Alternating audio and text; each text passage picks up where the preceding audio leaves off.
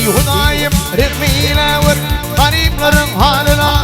Hiç kim akıllarına vurfim affo felek malına. Dine mesul çopan din şu dünyanın malını. Doğan ardızdan ayrılıp düştüm azın bulunu.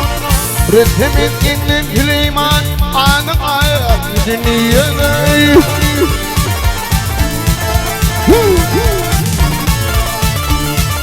Sağ olun.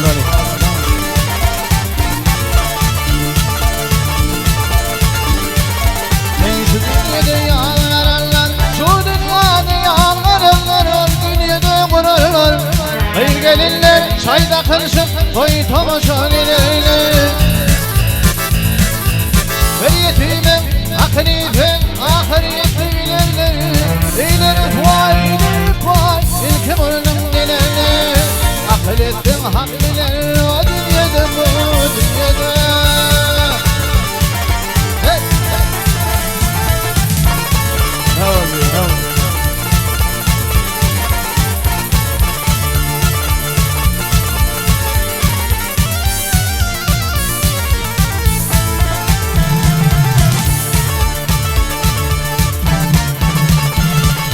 Bir fakir Hudaya yalvar, garip Hudaya yalvar.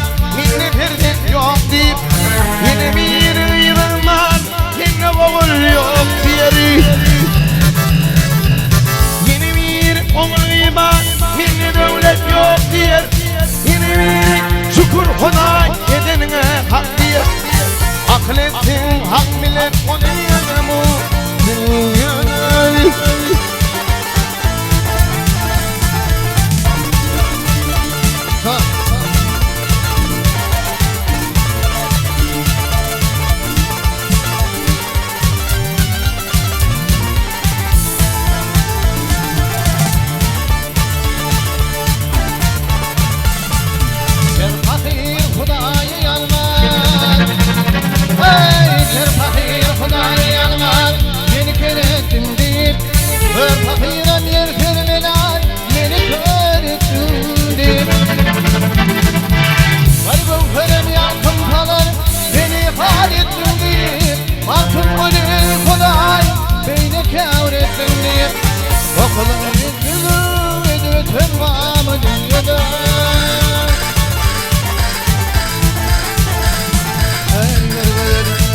Bari